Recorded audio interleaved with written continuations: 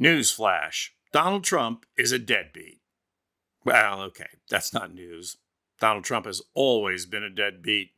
But now, for the first time in recorded human history, someone has finally stood up to this dishonest, cheating deadbeat and said, "Your credit is no good here.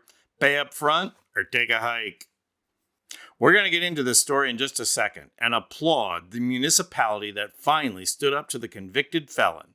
But first, let's take a look at this map. Here is a known list of all the municipalities that have been stiffed by the Trump campaign.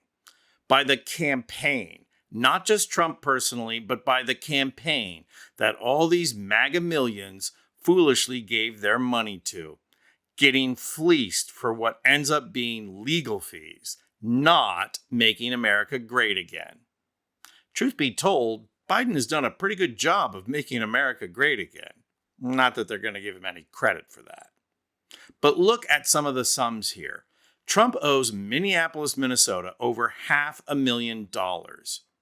He owes El Paso, Texas over $500,000. What do Minneapolis and El Paso have in common? They both have Democratic mayors.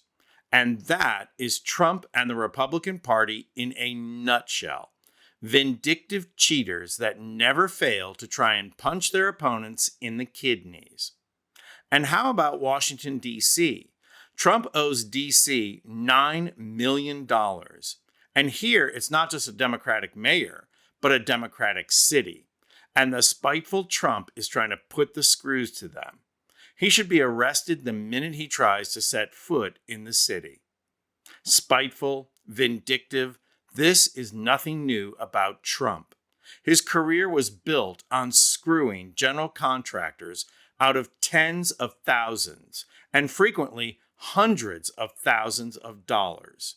So yes, to all you Ford 150 Trump flag flying heroes, just be thankful you weren't one of those contractors trying to feed your family.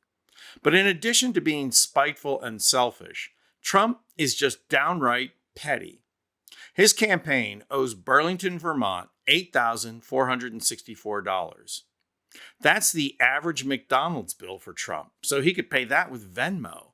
But he also owes Green Bay, Wisconsin, $9,380. Green Bay, Wisconsin, the heartland of America and home to the only publicly owned sports team in America? What, is that too socialist for you, Donnie?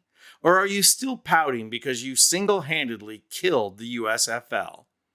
Well, Green Bay should try and recover that money by holding an auction for having your favorite Green Bay Packer line up and tackle Trump.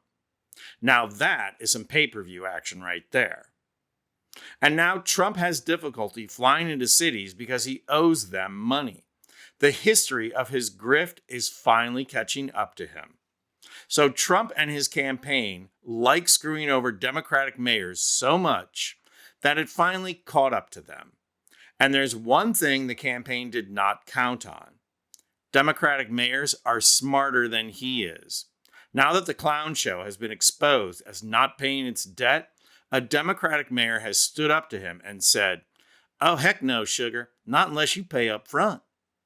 Esther Manheimer, Democratic mayor of Asheville, North Carolina, made the Trump campaign pay $82,000 before they would allow him to book a venue.